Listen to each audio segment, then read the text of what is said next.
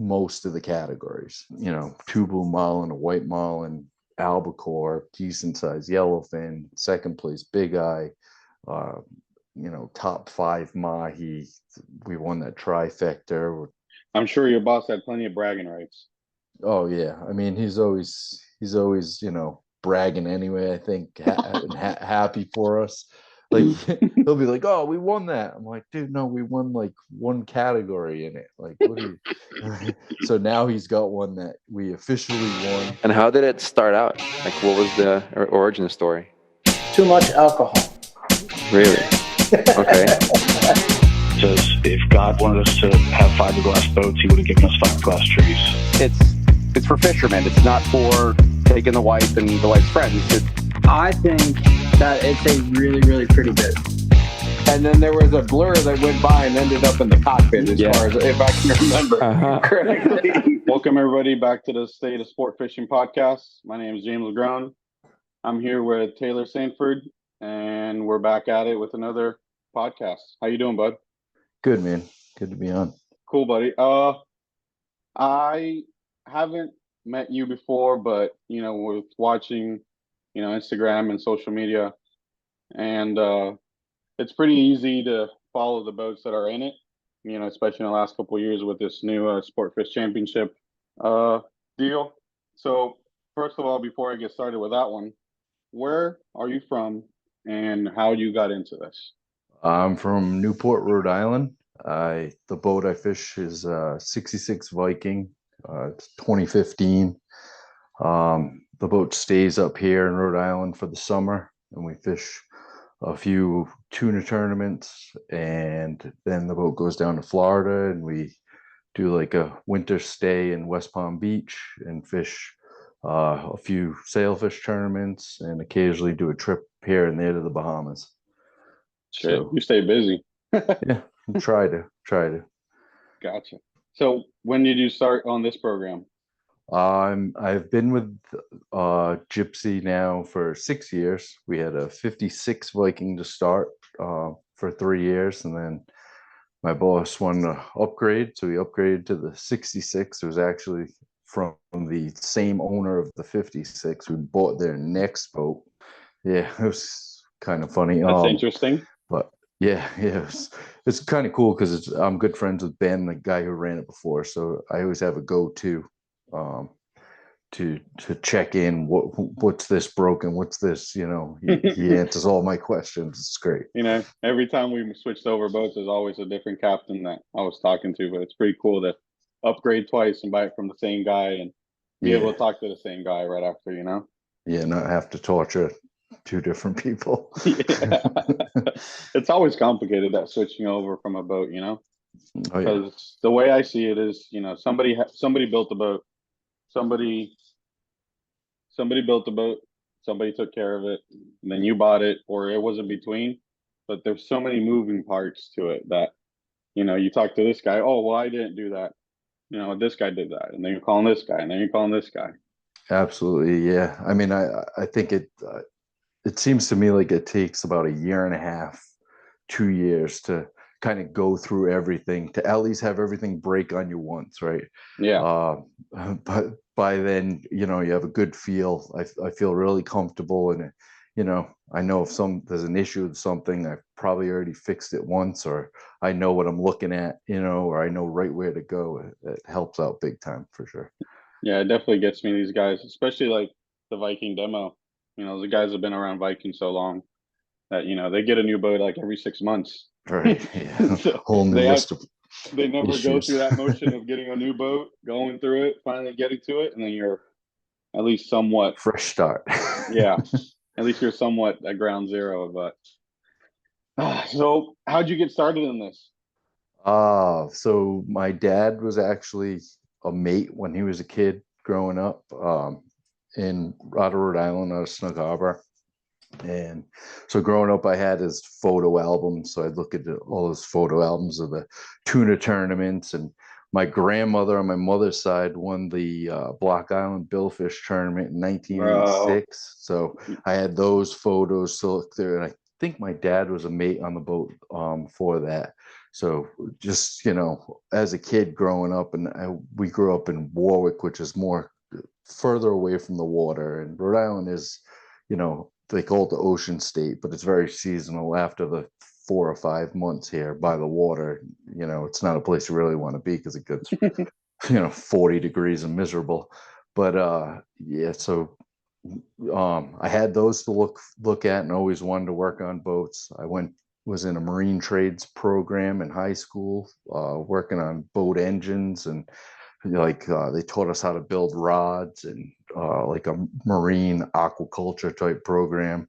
So it was kind of like, kept me in it, like kept me getting through high school with passing grades. Yeah. Because I really wasn't interested in everything else. Yeah, you were like, let me go build my striper rod. Let me go do this. Exactly. And and between that and sports saved me.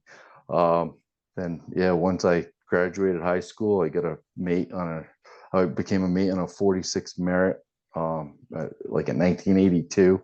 So it was a list of nightmares. It's just, it's definitely gotten easier, but I went through it.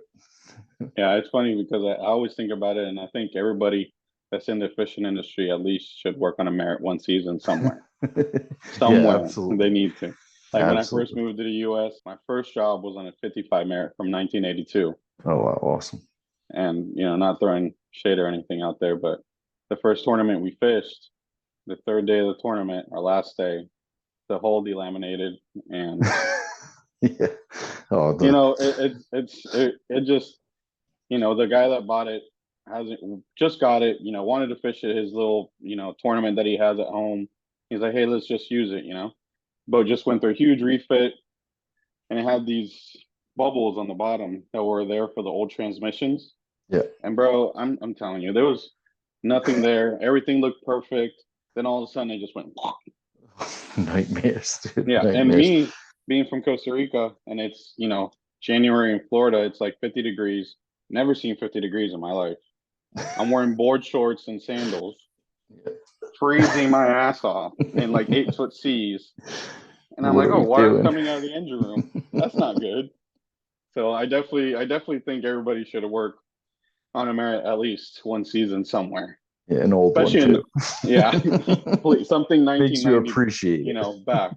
Because I think now these 86, 88s and the 72s and the 77s, they're great boats, bro. Yeah. Like I rode on the Real Titan 55, 1982 to 2020, 86. Oh, yeah, we're good. Whole new ball game. Yep. Yeah, for sure. Way. That same guy ended up buying a 2000. It was the old Piranda, actually. It was a 58, and that boat was like just like a whole different. I'm like, wow. So this is what it's like.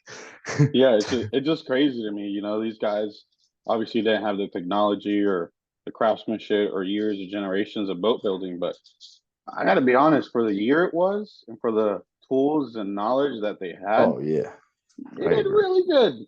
Yeah, for sure. They did really, really good. For sure. So cool. So you were a mate on that Merit boat, and you guys stayed up pretty much in the Northeast. Yeah, that boat, it would go down in winter in Florida, but it really was like more like a floating condo once it got down there.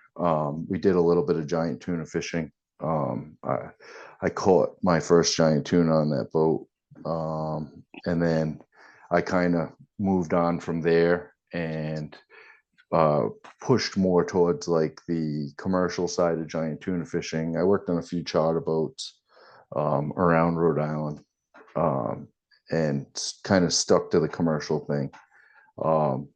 Fast forward to about 2009, everybody started doing the Georges trips. I mean, they were hand feeding giants out there, and it was absolutely, it's like it hit the YouTube and made its way around the internet as early as it was. And yeah, that was like, you remember watching those old YouTube videos and being like, man, you can see it so clearly. Yeah. And now you go back to the same videos and you're like, even better. The fact that we were running 170 miles to go catch giant tuna, and now they're 6 miles off the beach from my house. I could swim to them. That's my thing. It's like we were driving right by them. I always tip my hat to you guys up there in the Northeast because I grew up spoiled. I grew up in Costa Rica, flat, calm weather all year Yeah. round, basically, you know, only for a couple months it gets pretty bad, but that's out like 100 miles, you know. I Right. remember growing up, I was going out 18 miles, never felt the little Oh, yeah. sway or anything. That's So why I I love always that give it, sail fishing. It's I like always give it cheating. to you guys because, you know, in my eyes, you guys went right into it. You know, you guys got into it, rough weather, you know, eating freaking Uncrustables for 6 days, you Yeah. know, that kind of fishing to me is fishing. You Yeah. know, not that I'm, you know, putting my country in the back burner, but because it's a great fishery, but it just really makes you, it makes you or breaks you. You Yeah. know, It's I always get like frustrated when all the guys from like the mid-Atlantic Ocean City area, like, you know, with northeast, I'm like, we average like 120 miles just to get out there every trip. Like when you're running 3 or 4 hours just to go fishing, you know what I mean, to do like canyon trips, which our canyon fishing up here is absolutely incredible. yeah. June to August, it's lights out. I mean, from Big Eye, Big Marlin, White Marlin, it's been nuts. See, I always thought about that Northeast stuff. Like we have obviously our fish boxes and everything on our boats, but it just seems to me like, is the fish box ever big enough to like be out there for 3 days? Oh, we had a trip the last few years, this Oak Bluffs tournament, that we had been lucky enough the last 2 years to win the tuna Calcutta, the biggest tuna Calcutta with the big eyes. The fishing is just like you're catching 35, 40 yellowfin, all 50 pounds plus, 50 up to 120 pounds, big eyes. Like, you know, one trip we had 9 big eyes, all, you know, Over 200, it's just yeah, crazy. it's just it's like you can't find a place, you can't have enough fish bags, we're running out of ice, and it's like, damn, we still have 10 hours to go in this tournament. It's like then you got to try to commit to the marlin fishing, and it's like Then it but becomes like, oh, should we really go marlin fishing? Why don't we yeah, just yeah, stay with the tunas? put the dredges in. Really? Do we Yeah, really want to do that? I call them tuna scares, the dredges. Actually, now that you say that, I was fishing I was fishing in Costa Rica and I was on my old boat, 62 Bayless, and we had a dredge that was just hanging on the water. You know, I had a couple of strip teasers in it. Not strip teasers, Mike Calabresi's strip baits. You know, they're really, really Yeah. floppy and everything. They swim really good. And we were tuna fishing. We would just stop sail fishing because the porpoises were everywhere. Tuna were blasting. We were tuna fishing with a kite. And we're barely moving, but the dredges are kind of low. That way they don't swing. And we had maybe a dozen tunas hit the right dredge, just hitting the side of the boat, going after it, trying to eat it. I'm like, what the fuck is Tear the going thing on? to pieces, dude. Yeah, I thought we got hit. Like at some point, I Those thought big like, eyes come up, man. They don't want to leave the boat. Same, that's how it is up here. It's like they'll hit anything that touches the water. now how do you have you ever seen one of those big like Noah buoys out there? Yeah, so the up until last fall, there was a set of buoys that were 85 miles from us, 88 or 85 miles from us, and that was like, it's like, it was like a big eye hatchery out there. They weren't huge. They were all about 100, 100-pound fish, but you could go catch 60 of them. Like Bro, they it are was huge. absurd. And They it are was like huge. people are bouncing spreader bars off the buoys, and it was absolutely lights out, like incredible. But now those buoys are gone, and people are like, "What do we do?" Oh my God. Now we got to go back to regular A fishing. lot, yeah. Now you have to work for them. I say this that I saw one of my buddies' GoPro footage from up there, and he jumped into like Oh yeah, one of those buoys was. It was like going to the Atlanta Aquarium. It's just ridiculous the amount of absolutely. life. You look down, and all you see was big guys. People would catch them on poppers. It was absurd. Yeah, Ridiculous. it's kind of glad So they went away. yeah, that way you had because it's kind of hard, you know, especially like us in Costa Rica, we have the fads. Yeah, it's a fishing attracting device, but you still got to work for it. Right, You know, same right, thing like in DR. Yeah, they got the fads, but you got to entice the blue marlin to leave. Like my old captain said, you know, Checkers and McDonald's and, you know, right, all these fads super close. They're just a free for all eating. right. somehow they get interested in this super ugly dredge and this ridiculous thing on the surface called a teaser and this little ballyhoo about that big. Yep. So to me, it's still fishing because they got to come out of that place to come eat your stuff. So you said on your boat that you spend basically half the time up there in the Northeast and half the time in Palm Beach. You do, any type of sail fishing while you guys are there? Yeah, Palm Beach will fish this year. I think the plan is to fish the Blue Water circuit. We only fished one part of that a few years ago, the final sail. But yeah, we usually always fish Jimmy Johnson.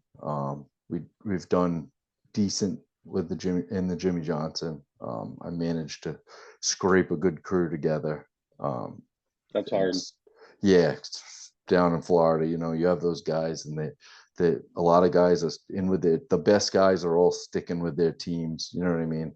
And I've been lucky enough to, I was taught, probably 4 or 5 years ago by incredible sail fishermen between Ben Sharp and Kyle Sherman. They taught me a wicked lot, and I'm very grateful for that. And it's helped out dramatically. And then just getting out there, and then being able, I actually have a list of mates that my buddy Kyle's like, oh, I just want to get on that list.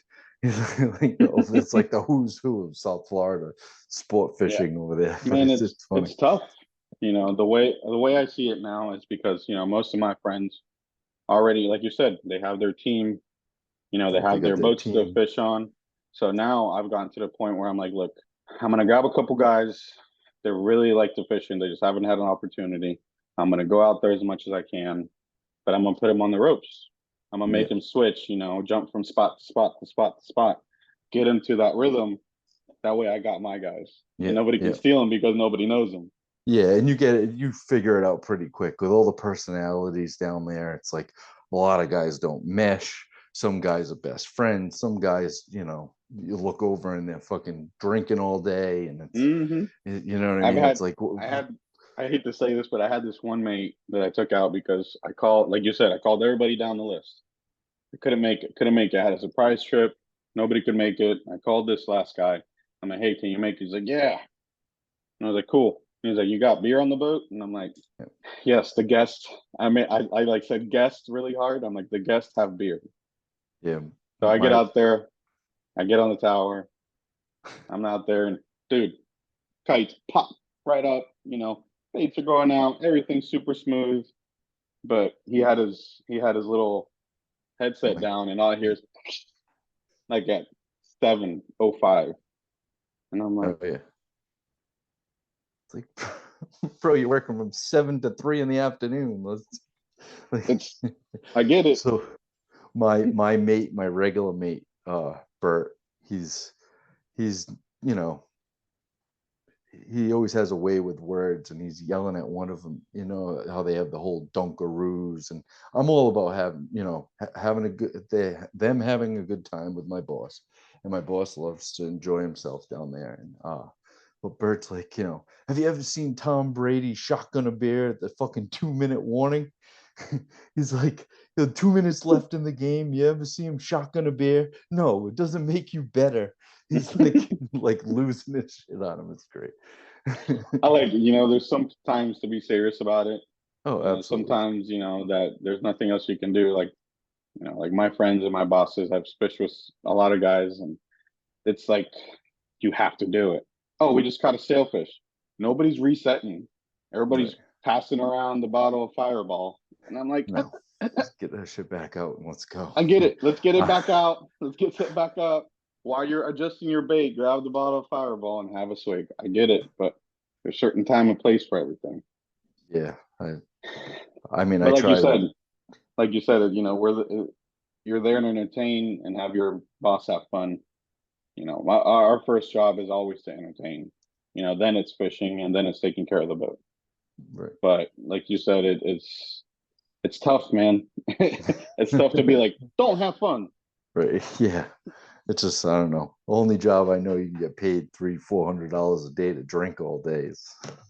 I'm like, wait a minute. Something's like, and up here, the trips up out of fishing out of Rhode Island, the trips are so long that, like, if you try to do that, you just you'd be doomed, because you know what I mean. You don't have any time to like recover.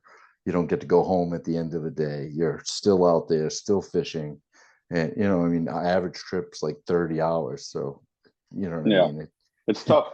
It's definitely tough. You know, we've all been through that phase where, you know, we're drinking the night before. We got to get up by 3. You don't even go to bed.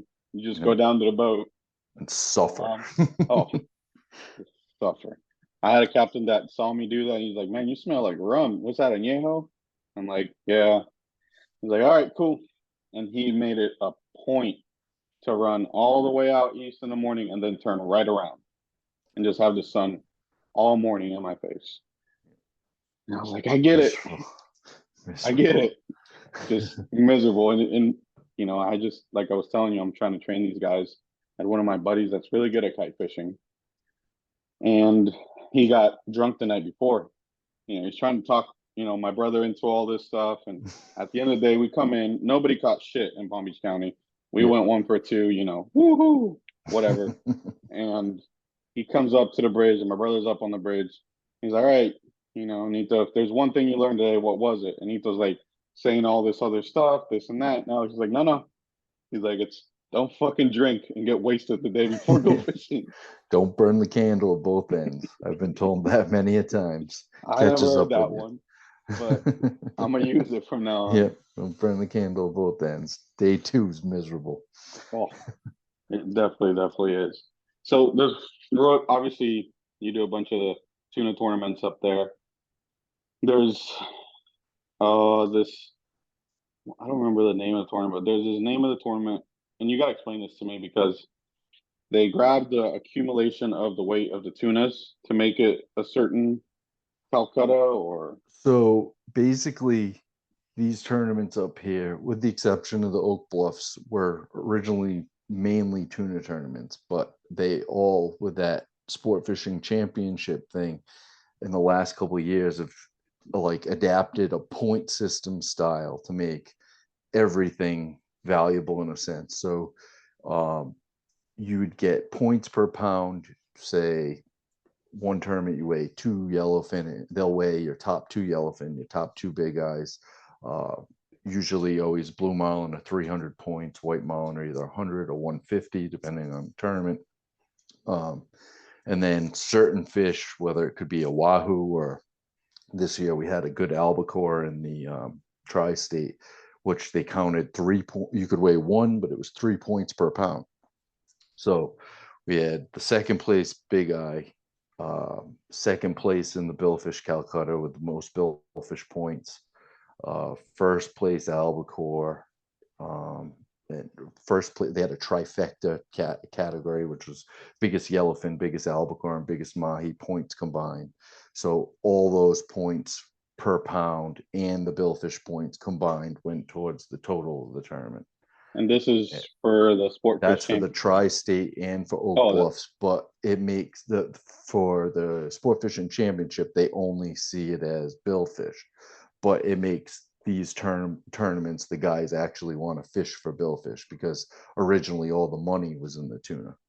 You know what I mean? Gotcha. These tournaments have always paid out average, 150, 200 grand, but it's always been biggest big eye. Yeah. Where. So the Sport Fish Championship, because I've seen it blown up the last few years.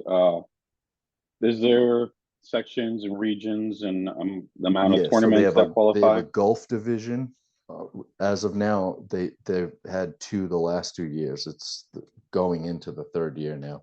They have a Gulf division, which is 7 tournaments down in the Gulf, and then they have 7 tournaments in the Atlantic side. I think it was.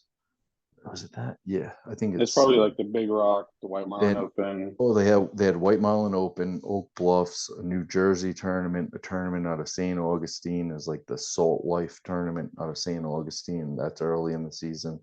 And then they counted a tournament, I think, out of Puerto Rico for the Atlantic side. Because I'm pretty sure I saw the quantified over there. Yeah, they literally went from the Gulf. Right, they fished the whole series over there in the Gulf anyway, so they were, that they fished there 7. I think most of the tournaments over there. And yeah, so it's combined points. And then I think first place, if you end up first place in the tournament, they give you 3,000 points. And that goes towards your points total for your division. And then they pay out each division 100 grand. So Atlantic division, you win 100 grand, Gulf division, you win 100 grand. And then the whole thing, they basically, you're competing against the Gulf, and that's $1 million. You would win $1 million. So Quantified's been lucky enough to clean that up the last 2 years. It's tough, man, because the way I view it is the Gulf side, like last year was a big blue marlin, bite, and this year was mostly sailfish, right? And the quantum and even then, it's still probably more. There's probably more billfish caught down there. I mean, yeah, in those tournaments. It's tough, man, because the Big Rock, you don't see that many fish caught. Right. Obviously this year and last year was one of the biggest years they've ever had. Right. At least for release points and amount of boats that fished it that went for the release side. But I'm not saying that it's out of whack. Yeah, they're still very new with how they're trying to make this whole point system work, and basically trying to keep the Atlantic competitive with the Gulf because of just the amount of fish that are caught. They also have categories for biggest mahi, biggest yellowfin, biggest big eye, biggest wahoo, and those all pay out 50,000 each. Yeah, but that's a pretty good, like you said, that's pretty good for the Northeast because that's where you mostly get that bigger stuff. Right. I mean, we won the biggest wahoo last year. We had 103-pound wahoo last year, and yeah. And then in the last 2 years, the wahoo, like no one goes out specifically trying to catch wahoo, but I mean, there's been a lot of between 70 to 110-pound wahoo. Probably, you'll see 15, 10 in each tournament, maybe. That's good though. Yeah, those eddies spin off, man, and it's been giving us some really incredible fish in the last few years. Yeah, the way I see it, everybody's saying, there's not enough fish. There's too many boats. I do believe there is a lot more boats obviously out there fishing, but to the knowledge that we have, I even think there's more. So many guys have gone from being mates.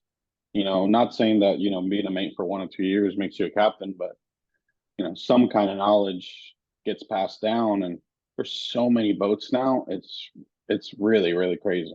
Oh yeah, I mean, we do so much. My brother and I put so much time into looking at water. I mean, he's looking at water before the boats are even up here while I'm still down in Florida. You know what I mean? Watching every eddy spin off that Gulf Stream, and you know what I mean, in April. You know what I mean? And then he's following the longliners going out there and seeing where the kid puts the amount of time he puts into following the water makes my life so much easier, because then it's like, all right, Joe, what are we doing? Like, and so my brother, who also is that's good knowledge. Yeah, it helps. We make an incredible team, the two of us, because I can focus on one thing and he's just always has his eye on that and seeing what everyone's doing. Plus you have social media, so it's kind of like whether somebody wants to give you a report or not, they're posting something if they did well, right? And I think, I don't think obviously a lot of people realize this, but when I'm going to fish certain tournaments or going to fish against certain guys, I always look at the guys that post a lot, and they're like posting how they're releasing a blue marlin. And in the meantime, I'm looking at their dredge. I'm looking at their spread. I'm looking at everything. There's so many little details, all the way down to AIS. You know what I mean? So many guys forget that. So many guys forget it, and even if the boat's not competitively fishing, you know what I mean? It's so important for us to have an eye on what's going on, because up here you make a 30-mile 40-mile run to the wrong. We have so many canyons, but you go the wrong direction to the wrong one, and that's why it's like report fishing's great. It's great if you're just going to catch fish, but to be competitive in these tournaments, you kind of want to be in the leading edge of that and where that water's going. And I don't think enough time is spent like actually watching the water. And, you know, It's I mean, crazy because, like you said, having that knowledge and understanding of what water does, water columns and chlorophyll and, temperature changes, Mhm. it's really hard for a lot of guys to grasp, how important that is. Like you Right. said, report fishing is great. Yeah, it's good. Yes. I don't, You want to go out and but catch 3 or 4 yellowfin? Yeah, good. I get it, but if, like you said, if you want to compete and be ahead of stuff, it's good to be ahead of where everybody else is thinking. Oh, he thought this, he thought that. Chlorophyll saying this, temperature saying this. Maybe I'll go here, and then you can be the guy to be like, yeah, we caught this, Right. Exactly. and then just staying on top of that. But a lot of guys don't put their mind into that. Yeah, and I get it. I just, I understand. If you don't want to be that, what I've always said is, obsession will always beat talent. Yeah. Because if you're not obsessed, if you're not willing to put in the hours, because we spend a lot of time away from our families. Like you said, you got a You gotta brand make new, it worth it. you got a baby, I got a baby. If you're really gonna put into it, you got to sacrifice some things sometimes. Mm-hmm. Yep. Well, that's crazy, man. It's good to hear. That Sportfish Championship thing get spread around because it just looked to me like Justin just fucking Yeah. swept the whole thing. He's doing incredible down there, and he's got how he fishes and what he targets. I think because he can get dialed in on like groups of getting multiple white marlin versus one guy trying to get the one big bite. And that's another thing too, is you got to think these Gulf tournaments, a lot of them are kill tournaments, so they're looking for that one big fish. So it's like his angle, and he's going for what the points, right? And Yeah, that's why he and grabbed the heavy mopping it up, hitters. dude. That's why he it's grabbed Jake. That's why he grabbed James. James, yeah. I saw him on the boat. I was like, God damn it. I hate when like, that how happens. did that happen? How do you know each other? You're right, yeah. Forget this. No more friends. No, it's pretty funny because I got a call for one of my buddies that just got a boat. He's like, hey, we got to compete against Justin. Can you fly in, for 3 days and, fish with us? He's like, these guys don't understand prospecting.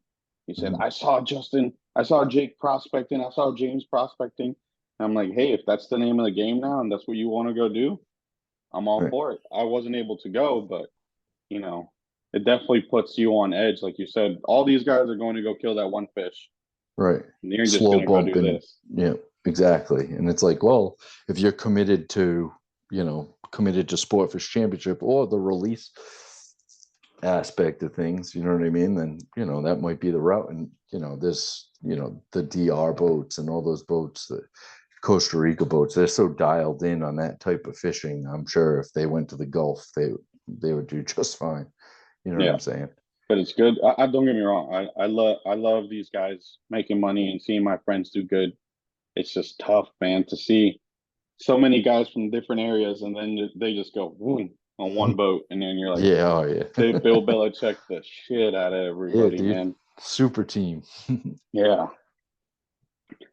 Well, that's cool, man. I love hearing about this new thing rolling around because it seems that more and more people are getting involved, and it gives us an extra side of revenue and an extra chance, and I think making it a little bit more fun for everybody.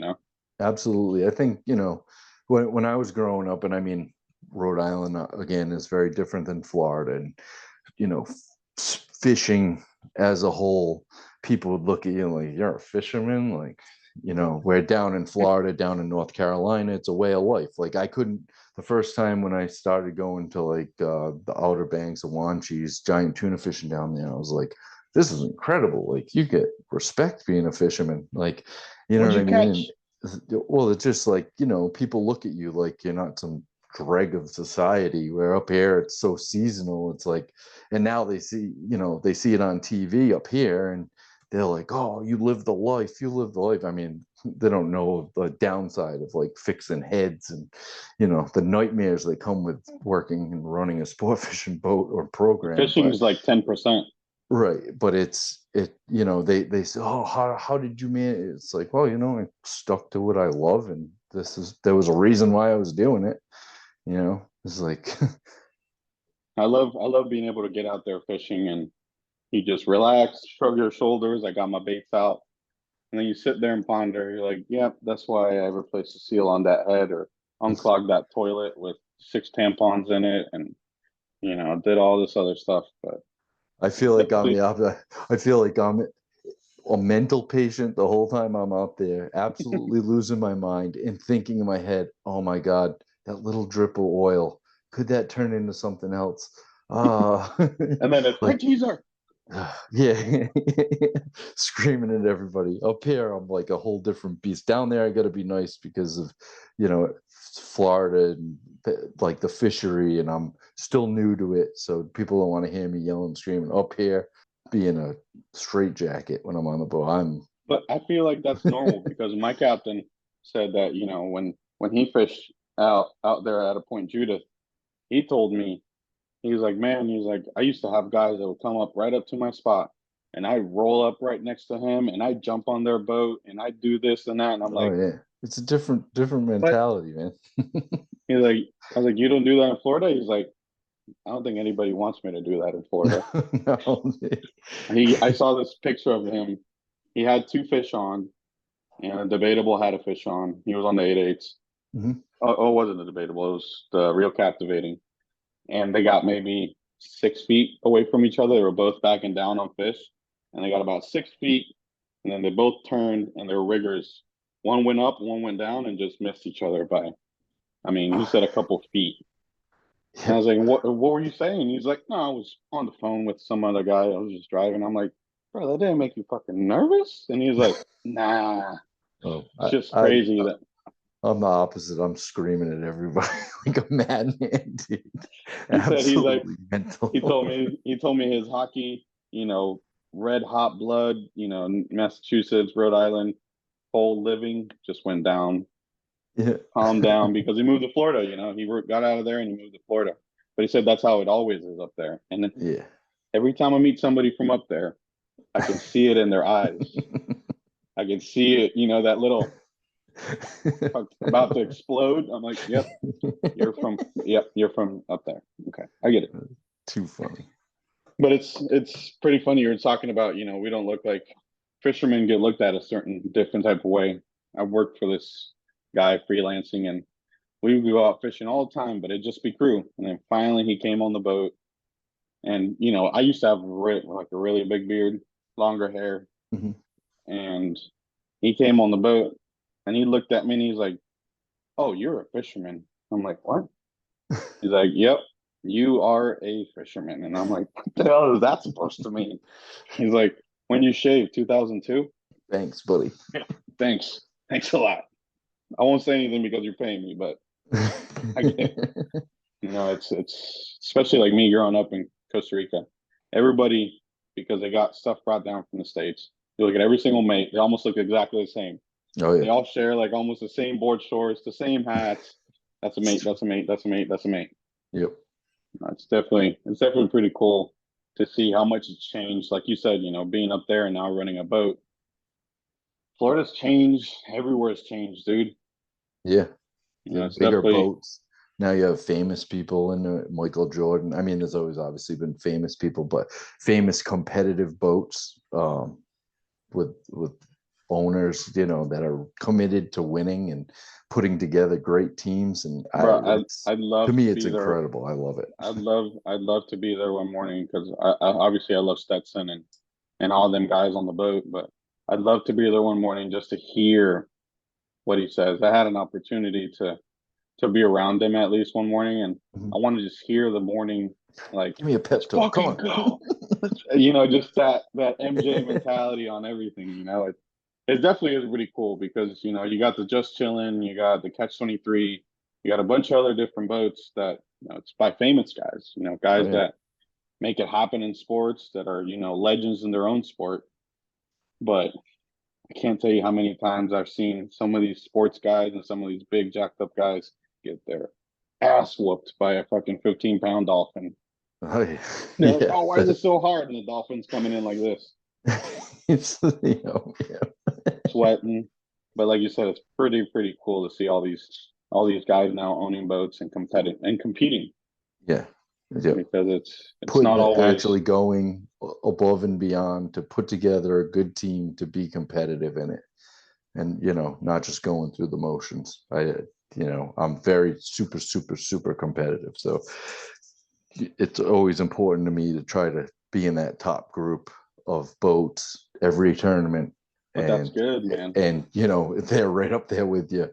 And you know what I mean? You have the legends of the sport, the John Louis, Art Sapp, those guys. And it's like, no matter what, they're there. Like, absolutely. You know what I mean? They might have a bad day one, day two. You're like, damn, this guy's 2 fish behind first place. How that, and it's. And all of a sudden you're seeing them just jumping. Yeah. Got another one. Oh yeah. Got another. God damn, he's on again. And it's incredible to watch.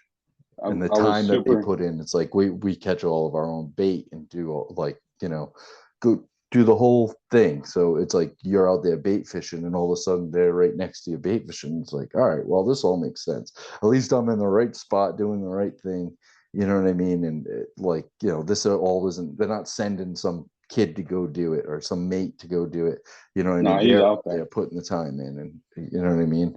And seeing them out there, it's like, all right, this is cool. Yeah, that's where, like I said, these guys are obsessed with it. They've done it so long, but they're still obsessed with it. They want to do good. Mm-hmm. And then you see them win Contender 1 in this boat and that boat, and it's like, well, there's a reason. Yep. They don't pull 100%. Up to the bait boat and get 4 dozen. No. And it always kills you when the boat that does do all right. And they're like, how the hell did your bait survive? I got it from the same boat. Yeah. Oh man. But it's definitely cool to see somebody, love this sport as much as I do and is motivated, because you're young, and a lot of these young guys just all they want to do is post something. Yeah.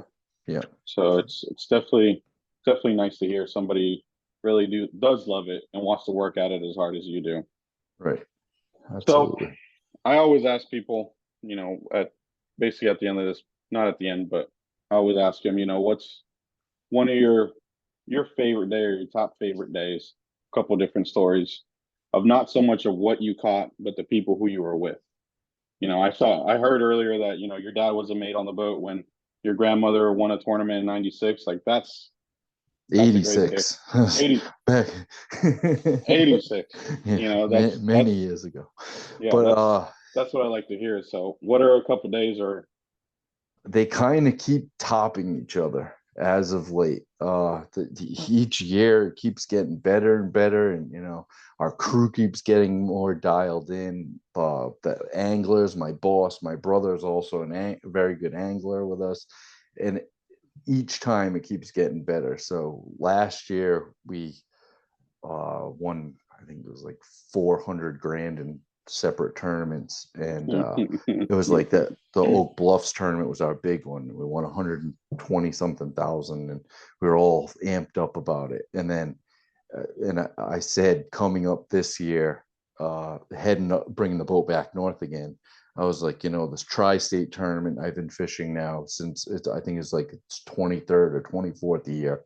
I've fished it, I think, since the third one. So, and maybe I took a couple of years off in between doing other jobs and whatnot, but I put a lot of time into this. And the most we ever won was like 20 grand a few years ago.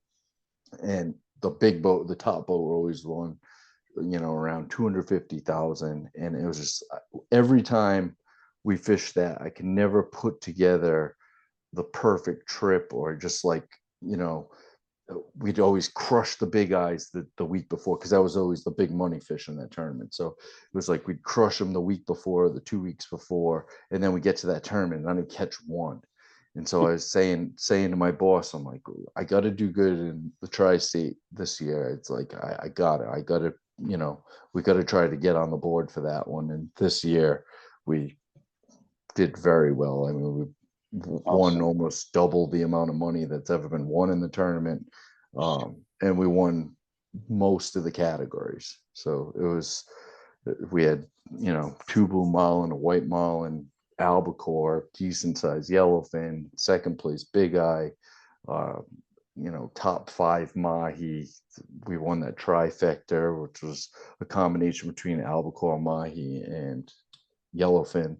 It was just like the perfect tournament. And I got a pretty cool video that we took when he was reading the awards, and it was just like 2 pages of like he's reading all the categories and stuff. You know, And he's like, sometimes hold on, that I stuff got gets another boring page. sometimes. What's That that? stuff gets boring sometimes when there's so many awards, but it's really good when they all go to you. Yeah, yeah. And it's just that moment of being able to pull that tournament that's in my backyard. You know, Sportfishing Championship was on the boat with their camera guys, and it was on TV. So just to have that combination of everything, I would probably say right now that's the biggest one. So hopefully I can go down and, you know, torture all you guys down in Florida in the sail fishing tournaments and keep it going. But hey, I probably won't fish the sailfish tournaments, but I'll definitely be out there fishing. So yeah, give me a call whenever you want. absolutely. Well, it's definitely great to hear, you know, after all these years of hard work and being a mate and the way you got into the industry. It's definitely super cool to hear that all this came out to, you know, this year and all the money winnings. And I'm sure your boss had plenty of bragging rights. Oh yeah, I mean he's always you know, bragging anyway. I think happy for us. Like he'll be like, "Oh, we won that." I'm like, "Dude, no, we won like one category in it. Like, what are you?" So now he's got one that we officially won that he can talk about. But he's an awesome dude, and I can't thank my crew enough, man. Without them, you know what I mean. I had awesome guys in the cockpit and guys who can put up with me, and I think that's more important than even me knowing where to go and, you know, all the other little things. It's just, you That's know, awesome. when you have guys downstairs that you can count on that, you know, aren't going to miss, and, you know, aren't going to miss the shot, gaffing the fish, and just everything is, That's awesome to hear. when you get the perfect team together and it works out great, man. It's like you just have that feeling. I'm sure you've had it before, where you just swing and you can't miss, and you just take a turn. You're like, and like a beast out there. You know what I mean? I don't know. I just And everybody's like that because, like you said, you know, and shout out to your crew, you know, because it definitely takes a little bit to get to that point.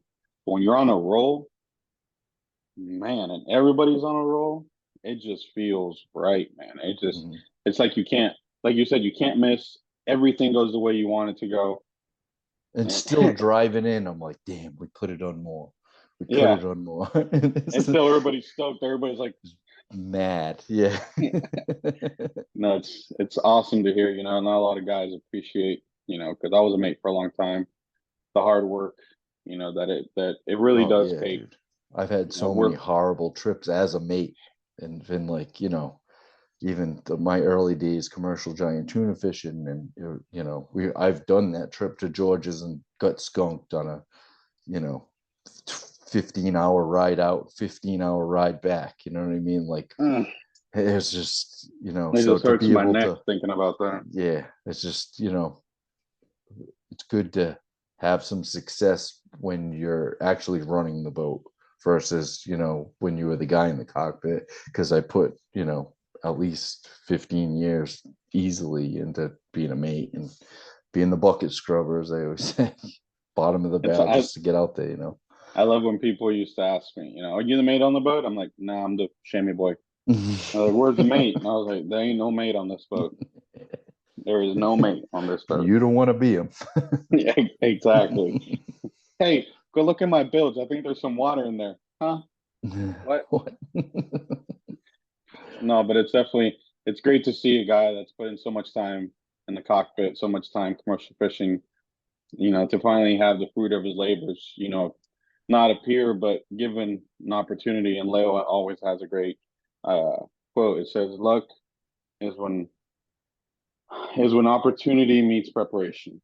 You know, if you're prepared and the opportunity presents itself, people call that luck. In my eyes, it's all hard work. You know, you spend all these years and you put it all together and make it happen. It's just a blessing. Absolutely.